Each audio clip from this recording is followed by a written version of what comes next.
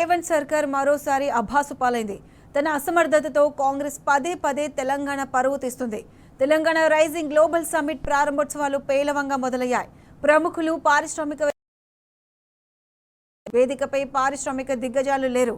మీరు చెప్పిన గ్లోబల్ దిగ్గజాలు శోభన కామినేని, నాగార్జునులేనా అని తెలంగాణ సమాజం ప్రశ్నిస్తుంది. గ్లోబల్ కంపెనీలే లేకుండా గ్లోబల్ సమ్మిట్ ఎలా నిర్వహిస్తారు? అసలు విదేశీ పారిశ్రామికవేత్తలెవరైనా వచ్చారా? మనకు పోటీగా నిలిచే కర్ణాటక నేతలు వస్తే తెలంగాణకు నష్టమా లాభమా చెప్పాలని తెలంగాణ ప్రజలు డిమాండ్ చేస్తున్నారు. చివరికి డీజీపీ సీఎస్తో సీట్లు నింపుకునే దౌర్భాగ్య పరిస్థితి దాపురించింది.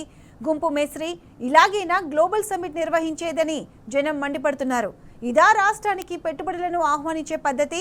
సీఎం సహా మంత్రులందరూ దేశమంతా ఆహ్వానాలు పంచారు కదా, మరి ఇంపాక్ట్ఫుల్ పర్సన్ ఒక్కరైనా రాలేదేమని ప్రజలు ప్రశ్నిస్తున్నారు. ఇది గ్లోబల్ సమ్మిటా లేక రియల్ ఎస్టేట్ మీటా అని ఫైర్ అవుతున్నారు. వందల కోట్ల ప్రజాధనం వృధా చేసి ప్రభుత్వ మీటింగ్ లాగాన నిర్వహించలేదని ఆగ్రహం వ్యక్తం చేస్తున్నారు.